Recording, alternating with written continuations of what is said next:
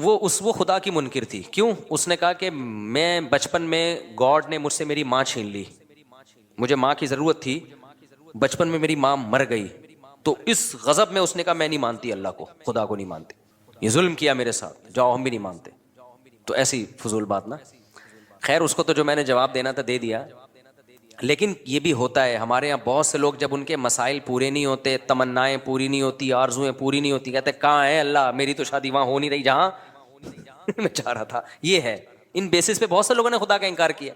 میری تو تنخواہ اتنی ہے ہی نہیں, وہ محنت کر نہیں رہا, پیسے کما رہا ہے, ہم تو 5 ٹائم نماز پڑھ رہے ہیں, دعائیں مانگ رہے ہیں, تبلیغ میں سہ روزہ لگا کے دے, اب کوئی اللہ ملہ معاذ اللہ نہیں ہے. یہ ہوتے ہیں پرلے درجے کے بے وقوف.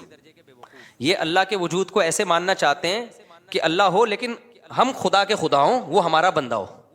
ان کو وہ والا خدا چاہیے جس کے یہ خدا ہوں. جیسے میں نے بھی مثال دی تھی نا بیان میں کہ آپ نے بچہ پیدا کیا, اب گھر میں چل کس کی رہی ہے؟ بچے کی چل رہی ہے. آپ کا کچھ چلتا ہی نہیں گھر میں, تو آپ کیا کہتے ہو؟ یار میں نے غلطی سے کیا پیدا کر دیا؟ باپ پیدا کر دیا ہے. ٹھیک ہے نا, غلطی سے میں نے کیا پیدا کر دیا ہے. جیسے انگریزوں کے ہاں بچے پیدا ہونے بند ہو گئے ہیں, ان کے ہاں باپ پیدا ہوتے ہیں. بچے کو آنکھیں دکھائیں پولیس آ جائے گی, بچہ باپ کو آنکھیں دکھائیں اتنی جلدی پولیس نہیں آتی, باپ بچے کو آنکھیں دکھا دے فوراً پولیس آئے. وہ بچے پھر بتاتے بھی ہیں, اب دوبارہ آنکھیں دکھائیں, فون دے گا فون. ایسے ایک آدمی نے مجھے خود بتایا, کہہ رہے میں پاکستان سے اپنی فیملی کو امریکہ لے کے گیا تو مجھے غصہ آیا بچے پہ کسی بات پہ, میں نے تھپڑ لگا دیا اس کے, بہت بدتمیزی کر رہا تھا. تو اس نے یہ واقعہ سنایا نا, کہتے ہیں کہ میں نے اس کو تھپڑ جیسی لگایا, مجھے پتہ ہی نہیں, میں تو آرام سے انجوائے کر رہا ہوں, پولیس آئی اٹھا کے لے گئی مجھے.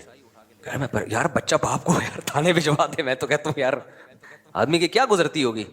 خیر کہتے ہیں میں تھانے سے ہو کے آیا تو مجھے بڑا غصہ آیا, میں نے کہا میں تو اور لگاؤں گا ایک تھپڑ, مجھے کیوں بھجوایا. چاہے جب میں گھر آیا نا تو بچے کو جیسی آنکھیں دکھائی, بچہ کیا کہتا ہے؟ فون کی طرف. اس زمانے میں موبائل فون نہیں تھے, یہ والے فون کا جو ہے وہ نہیں, وہ گھمانے والا بھی نہیں, وہ تو زیادہ پرانا ہو گیا, لیکن یہ والے فون تھے جو پی ٹی سی ایل والے نہیں ہوتے.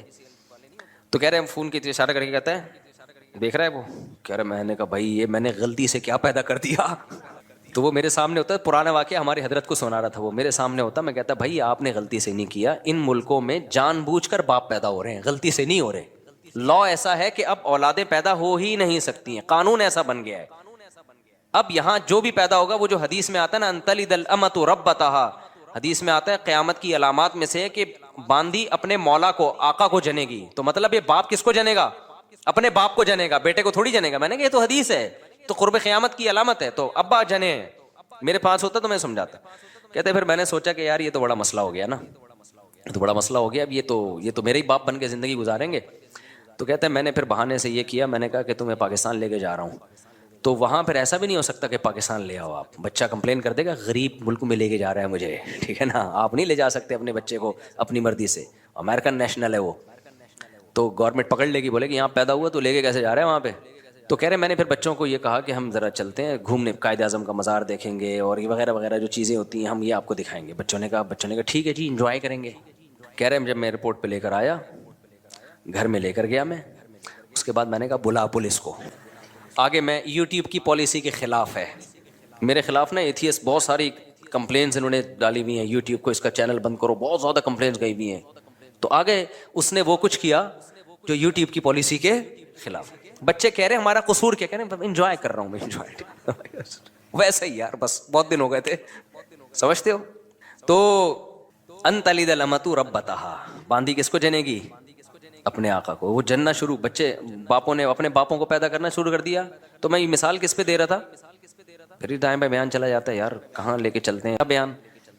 یہ مثال کس پہ آئی ہے وہ بتا رہا. ہاں وہ بہت بہترین مثال میں دے, شکر ہے آپ نے یاد دلا دی, جزاک اللہ. تو میں مثال یہ دے رہا تھا کہ جو لوگ یہ کہتے ہیں نا ہم ٹینشن میں ہمارے اللہ نے یہ بھی نہیں کیا یہ بھی نہیں کیا, تو اللہ کہتے ہیں ایسے اللہ کو ماننے کا فائدہ, وہ اللہ کا انکار کر دیتے ہیں اس بیس پہ, یار اللہ ہمارے کام تو بنا نہیں رہا, جہاں میں شادی کرنا چاہ رہا ہوں وہاں شادی نہیں ہو رہی, اور جہاں میں پیسے اتنے کمانا چاہ رہا ہوں جاب نہیں مل رہی, غربت مہنگائی میں خرچے پورے نہیں ہو رہے, تو دعائیں مانگ کے دیکھ لی دعائیں پوری نہیں ہو رہی, تو میں نہیں مانتا ہے معاذ اللہ ایسے اللہ کو. اس طرح کے بہت لوگ ہیں. بھائی بات یہ ہے کہ جب آپ اللہ کو مان رہے ہو نا, تو اللہ کا مطلب پتہ ہے کیا ہے, کہ چلے گی اس کی, چلے گی آپ کی نہیں. اللہ کہتا ہے ایسے والے اللہ کو مانو, ایسے والے اللہ. جب اللہ کی چلے گی تو اللہ چاہے گا تو آپ کی مرضی کی ہو جائے گی شادی, نہیں چاہے گا تو نہیں ہوگی. اللہ چاہے گا تو آپ کو آپ کی مرضی کی جاب مل جائے گی, نہیں چاہے گا تو نہیں ملے گی. تو اللہ کو ماننے کا مطلب اللہ وہ ہے، ہم اللہ تھوڑی ہیں. تو چاہتے اللہ کی پوری ہوں گی، ہماری تھوڑی پوری ہوں گی، ہماری اتنی پوری ہوں گی جتنی اللہ چاہے گا. تو اگر آپ نے ایسے اللہ ماننا ہے کہ آپ سب کچھ آپ کا چلے، تو پھر اللہ کہتے ہیں پھر میں کس بات کا اللہ ہو گیا بھائی، اللہ تو پھر تو ہے. یہاں ایک اشکال ہوتا ہے کہ جب اللہ نے اپنی ہی چلانی ہے تو ہم سے دعاؤں کا کیوں کہتا ہے؟ ایک سوال ہوگا، جب اللہ نے میری وہیں کروانی تھی جہاں ابا چاہ رہے تھے، میری والی تو اللہ نے دلانی نہیں تھی مجھے، تو پھر اللہ نے مجھے یہ کیوں کہا کہ راتوں کو اٹھ کے تہجد میں دعائیں مانگا کرو؟ یہ کیوں کہا اللہ نے؟ ابے دیکھو، میں آپ سے کہتا ہوں، میں کسی وزیر ہوں، فرض کرو میں نے آپ سے کہا اپلیکیشن لکھ کے دو، ایک پراپر طریقہ ہے یہ کام آپ چاہتے ہو نا، آپ کے گھر میں بجلی کا کنیکشن لگ جائے، گیس کا کنیکشن لگے گا تو پھر بھی نہیں، لیکن ایک مثال دے رہا ہوں گیس کا کنیکشن لگ جائے تو آپ ایک اپلیکیشن دو، پراپر طریقے سے لکھ کے دو، تو ہم آپ کا وہ کام کر دیں گے. یہاں دفتر میں کھڑے ہو کے ہمارا سر خراب مت کرو. ہوتا ہے نا، جیسے مجھ سے کوئی ملنے کے لیے آتا ہے بے وقت آ جائے تو میں کہتا ہوں بھائی ایک طریقہ ہے، ایڈمن سے رابطہ کرو، پھر بتاؤ کیوں ملنا چاہ رہے ہو. بعض دفعہ بلا وجہ رشتے کے لیے آ رہے ہوتے ہیں، ہماری شادی کرا دیں، تو بھائی میں نہیں شادیاں کراتا لوگوں کی، یہ کام میرا ہے ہی نہیں. تو کوئی وجہ بتاؤ گے، وہ وجہ معقول وجہ ہوگی، پھر ہم ٹائم دے دیں گے، اس ٹائم پہ آ جانا. میں تو پھر فارغ کر کے بیٹھتا ہوں اپنے آپ کو اس ٹائم پہ. تو لیکن آپ اس ٹائم پہ بھی آ گئے، پھر بھی میں نہیں مل رہا، تو آپ کو غصہ آئے گا نا. پھر ہمیں یہ لمبا چوڑا پروسیس بولو بتایا کیوں تھا بھائی؟ پہلے عثمان سے رابطہ کرو، پھر کوئی مفتی صاحب ڈائری میں دیکھیں گے سلاٹ خالی ہے تو اس کو دے دو، یہ سارا کر کے بھی آئے تو جب مفتی صاحب ہیں ہی نہیں. آج میں نے ظہر میں کسی کو نکاح کا ٹائم دیا تھا، ظہر میں جامع الرشید میں مجھے ضروری کام تھا، اور مجھے کام کی وجہ سے میں نہیں آ سکتا تھا، لیکن چونکہ میں نے ٹائم دیا تھا، صرف 5 منٹ کا اس کا نکاح پڑھانے کے لیے میں اتنا لمبا سفر کر کے آیا اور نکاح پڑھا کے واپس گیا. میرا 1 گھنٹہ لگا. لیکن کیوں؟ اگر میں نہیں آتا تو برائی ہوتی نا. یہ اگلا کہتا ہے یار مفتی صاحب نے ٹائم دیا اور بھاگ گئے. حالانکہ مجھے بہت مشکل ہوئی تھی وہ نکاح پڑھانے، لیکن میں نے کہا یار یا تو ٹائم نہیں دیتے، دیا ہے تو اب اس کو پورا کرنا ہے، یا تو 1 ہفتہ پہلے مجھے پتا چل جاتا نا میری تو میں 1 ہفتہ پہلے وہ کینسل کر دیتا. لیکن عین وقت پہ کینسل کرنا غیر اخلاقی حرکت ہے، الا یہ کہ کوئی بہت ہی ایمرجنسی ہو جائے. تو ایسی اتنی بہت ایمرجنسی نہیں تھی. کتنا ٹائم میں نے 5 منٹ کے کام کے لیے اپنا برباد کیا، 1 گھنٹہ برباد. اس سینس میں نہیں کہ وہ واقعی برباد، لیکن ظاہری لحاظ سے تو برباد ہی ہوا نا. لیکن بات یہ ہے کہ جب ایک عام آدمی اس کا خیال کر رہا ہے کہ جب کسی کو ٹائم دیا ہو تو بھائی پورا کرنا ہے، الا یہ کہ ایمرجنسی ہو جائے. ایک پروسیس رکھا ہے، جب آپ اس پروسیس کو پورا کرو گے تو پھر تو ٹائم دینا ہے. تو اللہ میاں نے بھی جب یہ کہہ دیا کہ بھائی ایسے ہی نہیں بلکہ باقاعدہ دعا مانگو، 2 رکعت پڑھو، ہاتھ اٹھاؤ، گڑ گڑاؤ، مجھ سے مانگو میں دیتا ہوں. ہم نے سارا پروسیس پورا کر لیا، پھر بھی اللہ دے نہیں رہا. اس کی کہیں اور ہو گئی، اس کے بچے ہم کو ماموں کہہ رہے ہیں. پھر آدمی کو غصہ آتا ہے یار. یہ ایتھیسٹ لوگ بہت سے یہی کہتے ہیں کہ پھر بولا کیوں تھا دعائیں مانگو؟ جب گورنمنٹ ہمیں کہتی ہے اپلیکیشن لکھ کے دو اور جب تمہارا نمبر آئے گا تو اس اپلیکیشن پہ غور ہوگا تو ہم یہ تمہارا نلکا لگوا دیں گے. جب گورنمنٹ نلکا نہیں لگاتی ہم گورنمنٹ پہ لعنتیں بھیج رہے ہوتے ہیں، یار ہمارے گٹر کے ڈھکن کی 50 درخواستیں ہم نے جمع کرا دی ہیں، گٹر کا ڈھکن نہیں لگ رہا، کرپٹ حکومت ہے، یہ ہے وہ ہے. تو یہی ہوتا ہے، پھر ہم حکومت کا انکار کر دیتے ہیں، بغاوت پہ آتے ہیں. تو ہم اللہ میاں بھی ہمیں کہا کہ ادعونی استجب لکم، دعائیں مانگو میں تمہاری دعاؤں کو سنوں گا، تمہاری پکار کا جواب دوں گا. سب جوتے کا تسمہ بھی مانگنا ہو وہ بھی ٹوٹ جائے تو مجھ سے مانگو. تو اللہ جوتے کے تسمے مجھ سے مانگو، اور ہم جناب تجھ سے ضروری چیزیں مانگ رہے ہیں. روٹی تو ضروری ہے، روزگار ضروری ہے، اور غریبوں کو کتنی گالیاں آج کل فیس بک پہ پڑ رہی ہیں. تو اللہ یہ تو ہم نے سروزہ بھی لگا لی، حج کر کے دعائیں مانگ لی، بیت اللہ کے غلاف کو پکڑ کے جتنا ایکسٹریم لیول پہ ہم جا سکتے تھے نا چلے گئے. عمرے پہ گئے، وہاں ہم نے بیت اللہ کے غلاف کو پکڑ کے دعائیں مانگی، مگر پھر بھی ہمیں ماموں کے علاوہ کوئی لفظ نہیں ملا. بہت سے لوگ اس چکر میں ایتھیسٹ ہوتے ہیں کہ یار یہ کوئی خدا ودا معاذ اللہ نہیں ہے، ہوتا تو کچھ تو ترس آتا نا ہمارے اوپر. تو یہ ایک اشکال ہوتا ہے. پہلا جواب تو میں نے دیا ہے، پہلا جو جواب ہے نا کہ آپ اللہ کو اللہ نہیں مان رہے، آپ اللہ کے اللہ بننے کی کوشش کر رہے ہو، اس اشکال کا جواب تو ہو گیا. لیکن دوسرا اشکال ہوتا ہے یہ اللہ ہی کے کہنے پہ تو ہم کر رہے ہیں. خوب سمجھ لو، اللہ نے جو کہا ہے نا کہ مجھ سے دعائیں مانگو تو میں تمہاری حاجات کو پورا کروں گا. تو دنیا میں تو جب ہم کسی کو کہتے ہیں نا کہ میں حاجات کو پورا کروں گا، تو ایمان بالغیب والا معاملہ نہیں ہوتا. نہ سامنے والے پر لازم ہے کہ ہم پر ایمان لے کر آئے، لہذا ہم اس کی حاجت پورا نہ کریں تو قابل ملامت ہیں. لیکن اللہ کا جہاں تک معاملہ ہے، اللہ حاجات پوری کرتا ہے. لیکن اللہ نے یہ کہا ہے کہ میں اس طریقے سے کروں گا جیسے میری سمجھ میں آئے گا، تمہاری رائے کے مطابق نہیں کروں گا. اس لیے کہ میں نے اپنے آپ کو غیب کے پردوں میں رکھنا ہے. اگر میں نے ایسے دعائیں قبول کرنا شروع کر دی، تم نے یہ مانگا میں نے یہ دے دیا، تو جو ایتھیسٹ ہیں سارے ایمان لے آئیں گے میرے اوپر. معاملہ غیب پہ تھوڑی رہے گا، پھر تو مشاہدے پر ہو جائے گا. سمجھ میں آ رہی ہے بات کہ نہیں آ رہی؟ غیب کا معاملہ تھوڑی رہے گا. پھر تو دنیا میں کوئی کافر نہیں رہے گا، کوئی نافرمان نہیں رہے گا، کوئی مرتد نہیں ہوگا. سارے کہیں گے ادھر دعا، اور پھر دعائیں بھی تو کیا کیا ہوں گی. پھر یہ دعا تھوڑی مانگے گا اللہ یہ دلا دے، اللہ اس جیسی 4 دلا دے. جب گئے بیت اللہ میں دعا مانگی اللہ 1 کروڑ کی جاب لگ جائے, فوراً فون آ گیا لگ گئی ہے. پھر حاجتیں لوگوں کی کوئی محدود ہیں یا لامحدود ہیں؟ لامحدود حاجت. سارے گنجے پہنچیں گے اللہ ہمارے سر پہ بال ہو گئے ہیں, جن کے بال لگ گئے وہ کہیں گے اللہ جو گر رہے ہیں وہ بھی آ جائیں. اللہ کوئی مرے ہی نہیں, نہ میری اماں مرے, نہ میرے ابا مرے, نہ میری بیوی مرے, نہ میرا شوہر مرے, نہ میرا بچہ مرے, فلاں فلاں سب مر جائیں. تو یہ نظام کائنات کیا ہو جائے گا بھائی؟ تباہ و برباد ہو جائے گا, تباہ و برباد ہو جائے گا. اس لیے اللہ نے کہا کہ میں ہوں, میرے ہونے پر اگر میں دعا بالفرض قبول نہیں کر رہا تو اس سے میرا انکار لازم نہیں آتا, کیونکہ میرے وجود پر تو 20 دلائل ہیں. ان دلائل کا کیسے انکار کرو گے تم؟ اس کی مثال ایسے ہے جیسے آپ گئے, آپ نے اپلیکیشن دی, وزیر کو درخواست قبول ہی نہیں ہو رہی, آپ کو یہاں کوئی وزیر ہے ہی نہیں, تو اگلا کہے گا بھائی یہ وزیر کی کرسی ہے, یہ اس کرسی پہ کیمرہ پہ دیکھو بندہ بیٹھا ہوا ہے اور یہ اٹینڈنس حاضری ہے. تو یہ نہیں کہو کہ وزیر ہی نہیں ہے, یہ کہو کہ وزیر نالائق ہے, آپ کی مراد پوری نہیں کر رہا, یا سست ہے. اور اگر نالائق بھی نہیں ہے, سست بھی نہیں ہے, پھر یقیناً کوئی حکمت ہے. اس کو ہم کیسے ایکسپلین کریں گے؟ کیا کرنا پڑے گا ہمیں جس سے ہم اللہ کے شکر گزار کہلائیں گے, جس سے ہم اللہ کے عبادت گزار کہلائیں گے, اور جس سے ہم اللہ کے ہم اچھا عمل کرنے والا کہلائیں گے؟ کیا کرنا پڑے گا ہمیں؟ میں سمجھا پا رہا ہوں, بس یہ بات کو میں سمیٹ رہا ہوں جلدی سے.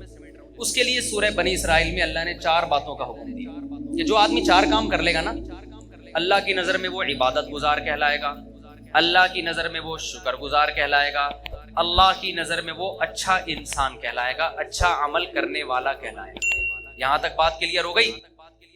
وہ 4 عمل کیا ہیں؟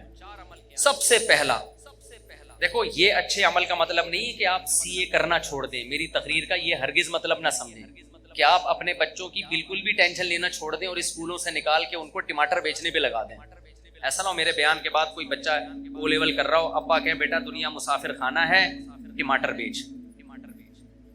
ٹینشن تو لینی نہیں ہے. میں بلا وجہ 9 سال تک ٹینشن لیتا رہا, O لیول کی فیسیں بھرتا رہا, اور تجھے چارٹرڈ اکاؤنٹنٹ بنانے کی, اور کمپیوٹر کا سافٹ ویئر انجینئر بنانے کی, اور امریکہ بھیجنے کی, اور تاجر بنانے کی, اور اسکول.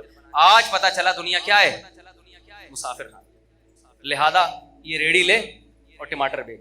بچہ کہے گا جب مسافر خانہ ہے تو ٹماٹر بیچنے کی بھی کیا ضرورت ہے؟ کیونکہ آج کے بچے بہت ہوشیار ہیں, وہ آپ سے ایک قدم, وہ کہیں گے ابا پھر ٹماٹر بیچنے کی بھی تکلف کی کیا ضرورت؟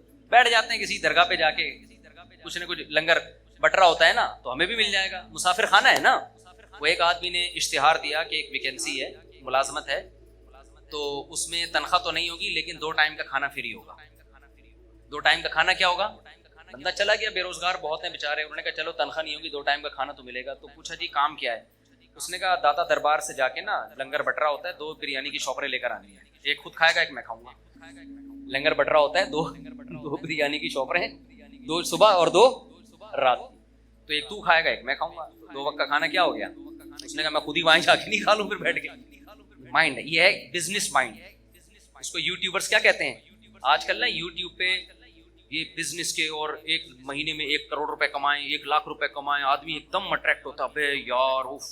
پتا چلتا ہے یہ تمہیں یہ بھی 10,000 روپے کما رہا ہے اس ویڈیو بنا کے, اس پہ ایڈ چلتے ہیں جس سے اس کی 10,000 آمدن ہوتی ہے, اور تمہیں 1 لاکھ کی ترغیبیں دے رہا ہے. تمہیں کس کی ترغیبیں دے رہا ہے؟ اس لیے اتنا زیادہ ان لوگوں کو فری کرانے کی ضرورت نہیں ہے.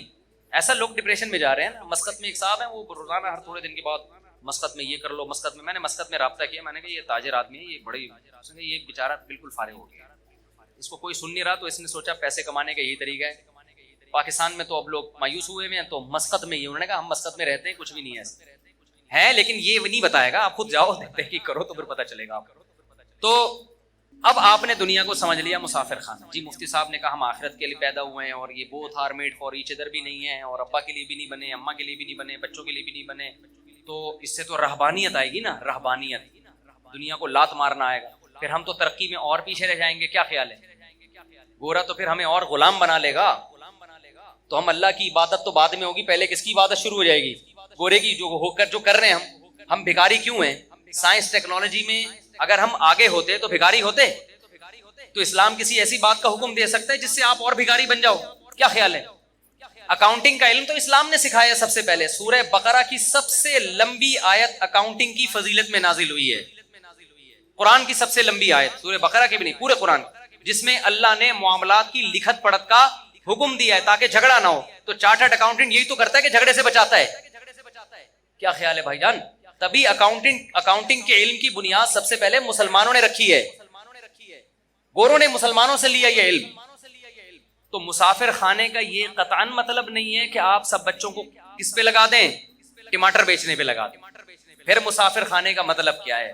وہ اللہ نے بتایا ہے 4 شرطیں پوری کر لو تو عبادت گزار بھی کہلاؤ گے، 4 شرطیں پوری کر لو تو شکر گزار بھی کہلاؤ گے، 4 شرطیں پوری کر لو تو اچھا عمل کرنے والا بھی کہلاؤ گے، اور پھر میری طرف سے دنیا میں بھی کامیابی اور آخرت میں بھی. وہ 4 شرطیں کیا ہیں؟ سورہ بنی اسرائیل میں وَمَنْ أَرَادَ الْآخِرَةَ، یہ 4 شرطیں گورے میں نہیں پائی جاتی، یہ 4 شرطیں گورے میں نہیں پائی جاتی. جب آپ میں یہ 4 شرطیں پائی جائیں گی تو آپ گورے سے آگے نکل جاؤ گے. سمجھتے ہو؟ پیچھے نہیں رہو گے آپ، بلکہ کیا ہو جاؤ گے؟ آپ آگے نکل جاؤ گے. پہلی شرط وَمَنْ أَرَادَ الْآخِرَةَ، ہر کام میں ارادہ آخرت کا ہونا چاہیے، دنیا کا نہیں ہونا چاہیے. وہ جو ڈرامہ ہم نے بچپن میں، ڈرامے دیکھنا صحیح نہیں ہے، بچپن کی بات کر رہا ہوں میں. اس وقت کے ڈرامے ایسے ہوتے تھے کہ آدمی غیر مسلم ڈرامہ دیکھ کے مسلمان ہو جاتا تھا. لڑکیاں شرعی پردہ کر لیتی تھی ڈرامہ دیکھ کر. ایسے ایسے زاولک کا دور تھا نا، تو وہ دوپٹے میں، ہیروئن بھی دوپٹے میں آتی تھی، اور جو ہیرو ہوتا تھا سرسوں کا تیل لگا کے آتا تھا سائیڈ کی مانگ نکال کے. وہ ہیرو زیادہ شریف لگ رہا ہوتا تھا اپنے بچے سے. آپ کہتے تھے اس ہیرو سے ہی سیکھ لے تو کچھ. تو وہ ڈرامے وہ بھی جائز نہیں تھے، لیکن ایک مثال دے رہا ہوں میں. وہ بچپن میں کوئی سبق آموز چیز مل گئی. تو اب مجھے ایک بات بتاؤ، قرآن کہتا ہے وہ جو پائلٹ بننے کے لیے گیا تھا اور کیلے کے چھلکے پہ پھسل گیا اور ہڈی ٹوٹ گئی اور پائلٹ نہ بن سکا، وہ ناکام تھا نا. ڈرامے میں تو یہی دکھائیے، یہ ناکام ہو گیا ایک آدمی کی مسٹیک کی وجہ سے. لیکن اگر وہ قرآن کی شرط پہ عمل کرتا، ومن اراد الآخرہ، جو بھی عمل اس میں نیت کیا ہو آخرت کی، تو وہ پھسلنے سے ناکام نہیں ہوتا. اللہ قیامت میں اس کا شمار پائلٹ میں اٹھاتے، اور اللہ کہتے یہ وطن کے دفاع کے لیے، مجھے راضی کرنے کے لیے جہاز اڑانا سیکھ رہا تھا. اگر یہ اپنے مقصد میں کامیاب ہو گیا تو بھی کامیاب، نہیں ہو گیا تو اس کا شمار مجاہدین میں لکھ لیا گیا. نبی صلی اللہ علیہ وسلم نے فرمایا ارمو بنی اسرائیل ارمو فإن اباکم کان رامیا. صحابہ سے فرمایا تیر اندازی سیکھو، اس لیے کہ تمہارے باپ اسماعیل تیر انداز تھے. تو ہمارے نبی نے تو ہمیں دفاع کا حکم دیا ہے. آپ صلی اللہ علیہ وسلم نے فرمایا الخیل معقود فی نواصیھا الخیر الی یوم القیامہ. گھوڑے کو نبی نے عزت دی اس لیے کہ اس پہ جہاد ہوتا ہے. آپ صلی اللہ علیہ وسلم نے تیر اندازی کی فضیلت بیان کی، نشانہ بازی کی. قرآن میں آتا ہے اعدوا لهم ما استطعتم من قوہ، دشمن اسلام کے خلاف جتنی طاقت اکٹھی کر سکتے ہو کرو. نبی نے فرمایا الا ان القوۃ الرمی، فرمایا طاقت سے اللہ کی مراد ہے پھینکنے کی صلاحیت بڑھاؤ، اپنی تیر کی صلاحیت. تو جہاز بھی تو بم پھینکتا ہے نا لے جا کے. سمجھ میں نہیں آ رہی میرا خیال بات؟ ترہبون بہ عدو اللہ وعدوکم، اللہ کہتے ہیں اپنے آپ کو اتنا مضبوط کر لو کہ اپنے اور اللہ کے دشمنوں کو اس سے ڈراؤ تم. تو اگر ہمارے پاس پائلٹ ہی مارکیٹ سے شارٹ ہو جائیں تو ہم ڈرا سکیں گے دشمنوں کو؟ ہمارے سارے پائلٹ نکل گئے اللہ اللہ کرنے کے لیے کہ جی ٹماٹر بیچوں گا. مفتی صاحب نے بیان کیا دنیا مسافر خانہ ہے، لہذا ہم کیا کریں گے؟ اب ٹماٹر بیچیں گے. اب ہم پائلٹ بھی نہیں بنیں گے، اب ہم ٹماٹر بیچیں گے. تو ہماری ایئر فورس کی ایسی کی، اب جب انڈیا آئے گا حملہ کرنے کے لیے تو ٹماٹر پھینکیں گے نا ہم جہازوں پہ، اور ہمارے پاس تو ٹماٹر ہی ہوں گے. کیا خیال ہے؟ لہذا آپ پائلٹ بننے کو ہدف بناؤ بھائی. ہمیں ضرورت ہے اچھے پائلٹوں کی، راشد مہناز جیسے پائلٹوں کی. راشد مہناز کا ہدف اگر پائلٹ برائے پائلٹ ہوتا تو خدا کی قسم وہ ملک کے دفاع کے لیے جہاز کو نیچے نہیں گراتا، وہ کیونکہ اس کا مستقبل تباہ ہو رہا تھا اس میں جو بظاہر ہو گیا. آپ نشان حیدر دو، اس سے راشد مہناز کو کیا فائدہ ہو رہا ہے؟ باقیوں کو تو موٹیویشن مل رہی ہے، لیکن راشد مہناز کو فائدہ آخرت کا ہو رہا ہے. اگر اس نے یہ کام کس کے لیے کیا؟ اللہ کے لیے کیا، دنیا کے لیے نہیں کیا اس نے. سمجھ میں آ رہی ہے بات کہ نہیں آ رہی ہے؟ یہی وجہ ہے کہ کافر میں اتنی ہمت نہیں ہوتی کہ دوسرا کوئی جاسوس اس کے جہاز میں گھس جائے اور وہ جہاز کو نیچے کی طرف موڑ دے. وہ کہے گا میں نے جس مقصد کے لیے پائلٹ بنا ہوں، میں نے اگر اپنے آپ کو مارنا ہی ہے تو میرا تو فیوچر تباہ. مجھے ریٹائرمنٹ پہ کیا ملے گا؟ یا تو کوئی سرفرا یہ کام کرے گا، یا پھر وہ یہ کام کرے گا جس کے نظر میں کیا ہے؟ بولو آخرت. تو آپ بچوں کو پائلٹ بھی بناؤ بھائی، آپ چارٹرڈ اکاؤنٹنٹ بھی بناؤ، تاکہ دھاندلی نہ ہو ملک کے اندر، تاکہ لوگ ایک دوسرے کا مال غلط حساب و کتاب کر کے کھائیں نہیں. تو پہلی شرط اللہ نے کیا بیان کی؟ میں جلدی جلدی بات کو سمیٹتا ہوں. ومن اراد الاخرہ، جو کام بھی کرنا ہے نیت کیا کرنی ہے؟ آخرت، اور اچھے سے اچھا کرنا ہے۔ سوال پیدا ہوتا ہے نا، کوئی کہے گا بھائی پھر ٹماٹر بیچنے میں بھی تو آخرت کی نیت ہو سکتی ہے۔ یقیناً ہو سکتی ہے۔ نبی نے فرمایا ایماندار تاجر قیامت کے دن پیغمبروں کے ساتھ، اگر کوئی ٹماٹر بیچ رہا ہے اس نیت کے ساتھ کہ میں لوگوں کے سامنے بھیک نہ پھیلاؤں، تو اللہ کی قسم ٹماٹر بیچنے کا بھی اس کو ثواب بولو ملے گا۔ نیت کیا ہے؟ آخرت۔ پھر وہ دو نمبری نہیں کرے گا ٹماٹر بیچنے میں، پھر وہ ایسا نہیں ہوگا کہ ٹماٹر کی پیٹی میں اوپر اچھے اچھے اندر سڑے ہوئے، وہ یہ گڑبڑ نہیں کرے گا۔ لیکن پھر آپ کو موٹیویشن کیسے ملے گی؟ اس کے لیے نبی نے فرمایا المؤمن القوی خیر من المؤمن الضعیف، طاقتور مومن اللہ کو کمزور مومن سے زیادہ محبوب۔ تو طاقت جسمانی بھی ہو سکتی ہے، سائنس اور ٹیکنالوجی کی قوت بھی۔ طاقت کی ڈیفینیشن یہ ہے کہ آپ وہ کچھ کر سکتے ہو جو دوسرا نہیں کر سکتا۔ تو آپ جب کسی اچھی پوسٹ پہ جاتے ہو تو آپ وہ کچھ کر سکتے ہو جو ایک عام آدمی رکشہ چلانے والا اور ٹماٹر والا نہیں کر سکتا۔ تو آپ اس نیت سے حکومت کی لگام اپنے ہاتھ میں لینے کی کوشش کرو، آپ اس نیت سے ترقی کی کوشش کرو کہ میں پاورفل مسلمان بننا چاہتا ہوں۔ اور ہمارے نبی کو پاورفل مسلمان وہ کمزور اور ضعیف مسلمان سے زیادہ محبوب ہے۔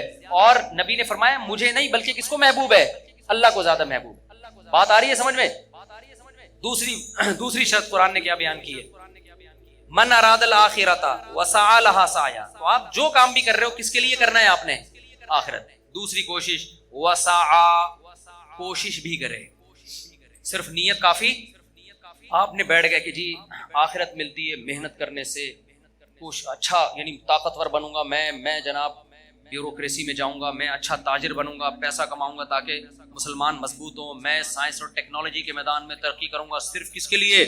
اللہ کے لیے۔ یا میں ٹماٹر ہی بیچوں گا، تجارت کروں گا، کس کے لیے؟ اللہ کے حکم کو پورا کرنے کے لیے۔ آخرت نیت ہے میری تاکہ صدقہ کروں، بھیک نہ مانگوں۔ بہت اصرار کیا، وہ نمازی بھائی تھے، بہت اصرار کیا بھائی یہ پی لو یہ پی لو، وہ کہہ رہے نہیں مجھے شوگر ہے۔ جب انہوں نے زیادہ اصرار کیا نا اور کہا اللہ نے چاہا کچھ نہیں ہوگا انشاءاللہ، اللہ نے چاہا تو کچھ نہیں ہوگا۔ دیکھو صحابہ کرام کا اللہ پہ توکل تھا، انہوں نے دریا میں گھوڑے دوڑا دیے، انہوں نے، یہ بہت اہم واقعہ ہے، اس کو بڑا سبق ملے گا اس سے انشاءاللہ آپ کو، خاص طور پہ دینداروں کے لیے سمجھنے کی چیز ہے۔ واقعہ ہے نا، ایک علامہ اقبال کا شعر بھی ہے اس پہ کہ دشت و دشت دریا بھی نہ چھوڑے ہم نے، کہ ہم نے تو صرف صحراؤں میں نہیں، ہم نے تو دریاؤں میں بھی کرامت کے طور پر نا گھوڑے دریا میں چلا دیے تھے صحابہ نے۔ تو ان صاحب نے کہا، داڑھی بھی تھی نمازی بھی، انہوں نے کہا دیکھو صحابہ نے اللہ پہ توکل تھا، دریا میں گھوڑے چلا دیے انہوں نے۔ تو سامنے شکر ہے کوئی عقل مند بیٹھا ہوا تھا جس کو وہ کھلا رہے تھے نا پورا چینی کا شربت، اس نے کہا دیکھو اگر وہاں پل ہوتا نا پھر اللہ دریا میں گھوڑے نہیں، وہ ڈوبنا تھا انہوں نے، ہاں تو پل نہیں تھا اور مجبوری تھی جانا، صحیح ہے نا، پل ہوتا پھر صحابہ دریا میں چلاتے، پھر سوال ہی پیدا نہیں ہوتا کہ دریا میں گھوڑے چلتے۔ اللہ کہتا ہے پل ہے تو جاؤ نا، یا پل بنانے کا ٹائم ہوتا تو بھی نہیں۔ یہ جو قسطنطنیہ میں سلطان محمد فاتح نے قسطنطنیہ اور یہ جو آج کا استنبول ہے جب یہ فتح کیا تھا تو اس نے کوئی دریا میں تھوڑی گھوڑے چلا دیے تھے۔ ان کا یہ جو استنبول کا جو قلعہ ہے نا آج جو 4000 سال جس کی پرانی تاریخ ہے، میں نے وہاں جا کے ولاگ بھی بنایا ہے، یہ ترکی کا جو مشہور قلعہ ہے، یہ تو عیسائیوں کے ہاتھ میں تھا، بہت مضبوط عیسائیوں کی اسٹیٹ تھی، اور نبی صلی اللہ علیہ وسلم نے خوشخبری سنائی تھی کہ نعم الجیش جیش یغزو القسطنطینیہ، فرمایا سب سے بہترین لشکر، کیا ہی خوب لشکر ہے جو قسطنطینیہ فتح کرے گا۔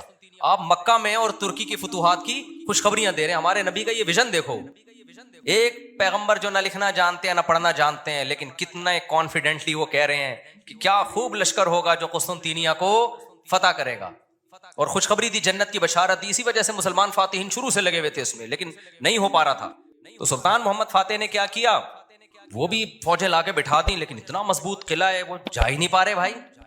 تو مشورہ ہوا، اب انہوں نے یہ نہیں کیا کہ جی ایک طرف سے سمندر ہے، وہاں بھی سمندر کٹا ہوا ہے نا، آپ میپ میں دیکھ سکتے ہیں، تو سمندر میں ہم کیا کرتے ہیں، بسم اللہ اللہ پڑھ کے سمندر بھی نکل جاتے ہیں، بڑھ جانا ڈوب جانا تھا انہوں نے، اور کیا۔ تو اللہ کہتا ہے پہلے اپنے سارے اسباب اور وسائل تو استعمال کرو، پھر میری مدد آئے گی۔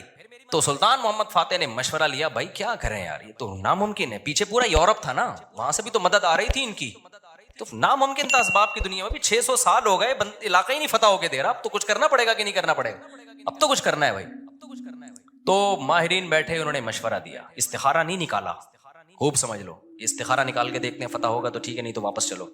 دیکھو وہ اسباب بھی اختیار کرتے تھے اور اللہ سے دعائیں بھی۔ سلطان محمد فاتح کے لشکر میں ہمیشہ کوئی نہ کوئی اللہ والے بزرگ اس وقت کے ہوتے تھے، ان کو صرف دعاؤں کے لیے لے کے جاتا تھا. وہ دیکھتا تھا نا ایک بزرگ ہیں, وہ لڑ نہیں سکتے, بوڑھے ہیں, کوئی بات نہیں حضرت آپ ہماری صف میں ہوں گے, ذکر کریں گے اور اللہ سے دعائیں, کیونکہ اللہ تقوی اور ذکر پر مدد کرتا ہے.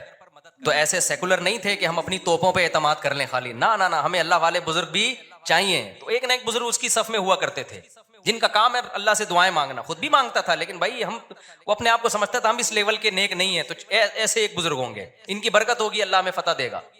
اور دوسرا اسباب بھی دبا کے استعمال کیے انہوں نے. سلطان محمد فاتح نے جب دیکھا نا یہ اتنا بڑا قلعہ اور اتنی چوڑی دیوار, میں نے وہ ولاگ پہ آپ دیکھ لیں, اس پہ اتنی چوڑی دیوار ہے بھائی, اس پہ تو پوری بیل گاڑیاں چلتی تھی دیوار کے اوپر, امپاسبل, ناممکن اس کو فتح کرنا.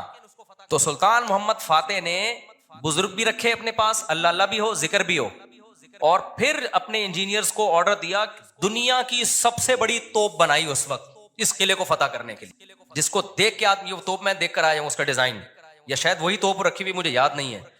اتنی بڑی توپ بنائی ہے نا, اس سے جو لوہے کا گولا نکلے گا تو دیوار میں کچھ ہلائے گا تھوڑا سا, وہ دیوار کو جو ایسے جب 1000-2000 گولے نکلیں گے تو شاید دیوار میں کچھ دراڑ آ جائے.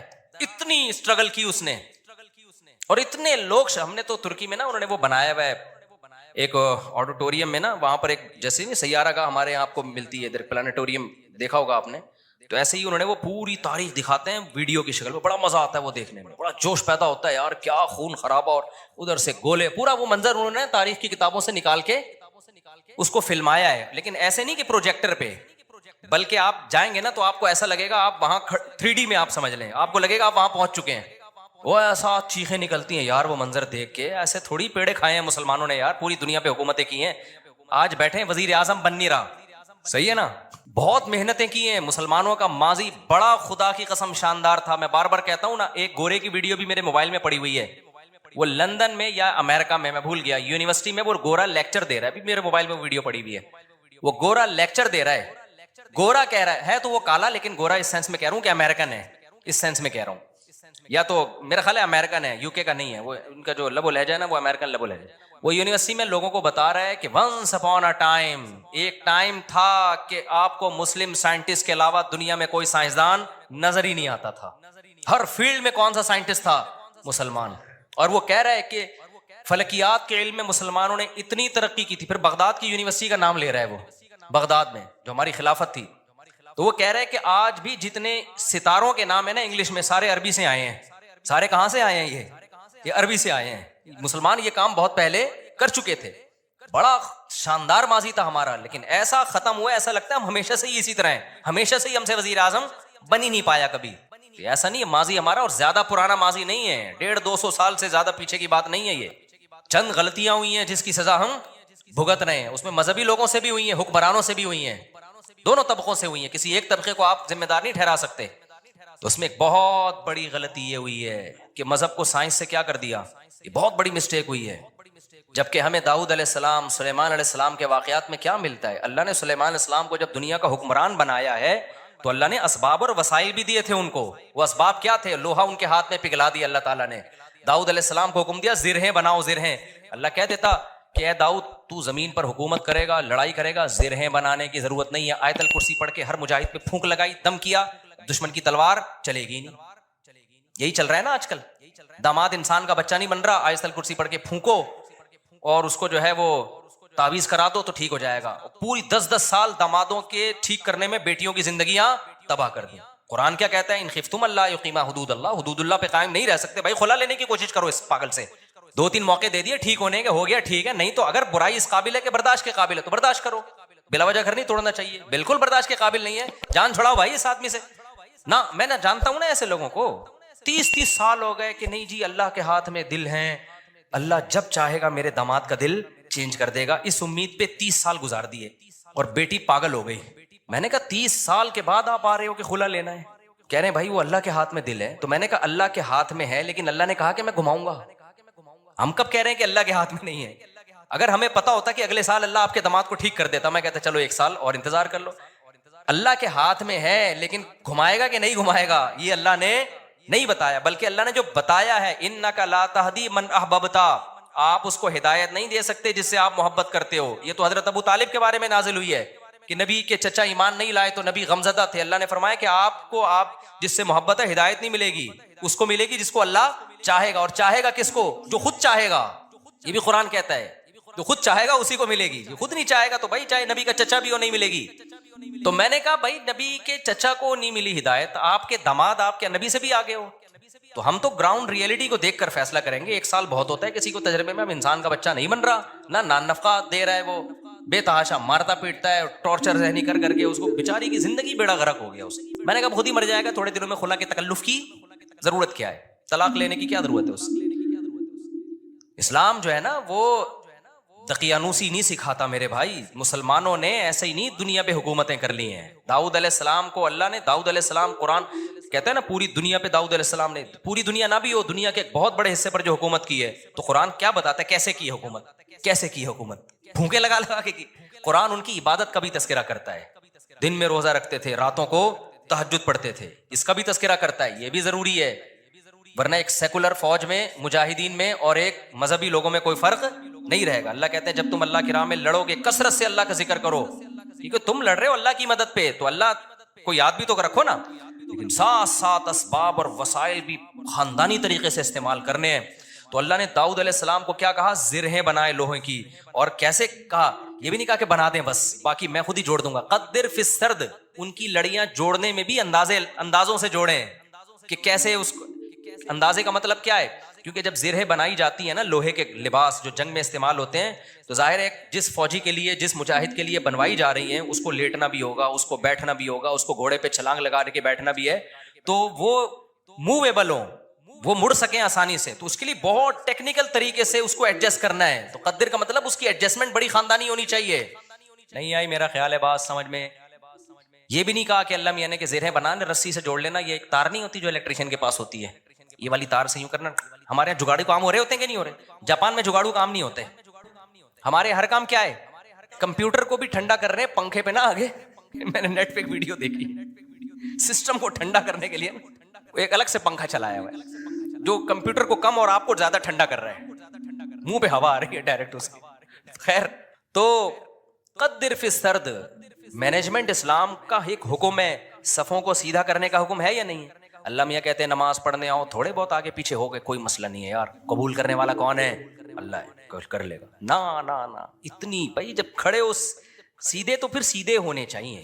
ذرا سا بھی پیٹ آگے نکلا ہوا نہ ہو, سینہ آگے نکلا ہوا نہ ہو. نبی صلی اللہ علیہ وسلم اقامت کے بعد کیسے صفوں کو سیدھا کرتے تھے. مینجمنٹ آج دیندار لوگوں میں ختم, سارے باتیں الٹی ہو رہی ہیں, اللاجیکل باتیں کروا لو. کورونا میں تو دماغ پی گئے تھے لوگ ہمارا. کووڈ پہ ہم نے کہا نا, ڈاکٹر کہہ رہے فاصلہ رکھو تو رکھ لو فاصلہ. ہر آدمی بھائی توکل کے چکر میں کورونا والا آدمی منہ پہ جا کے چھینک رہا ہے لوگوں کے. یہ کون سا اسلام ہے بھائی؟ خیر, تو وہ اس کی بات بڑی پیاری تھی نا.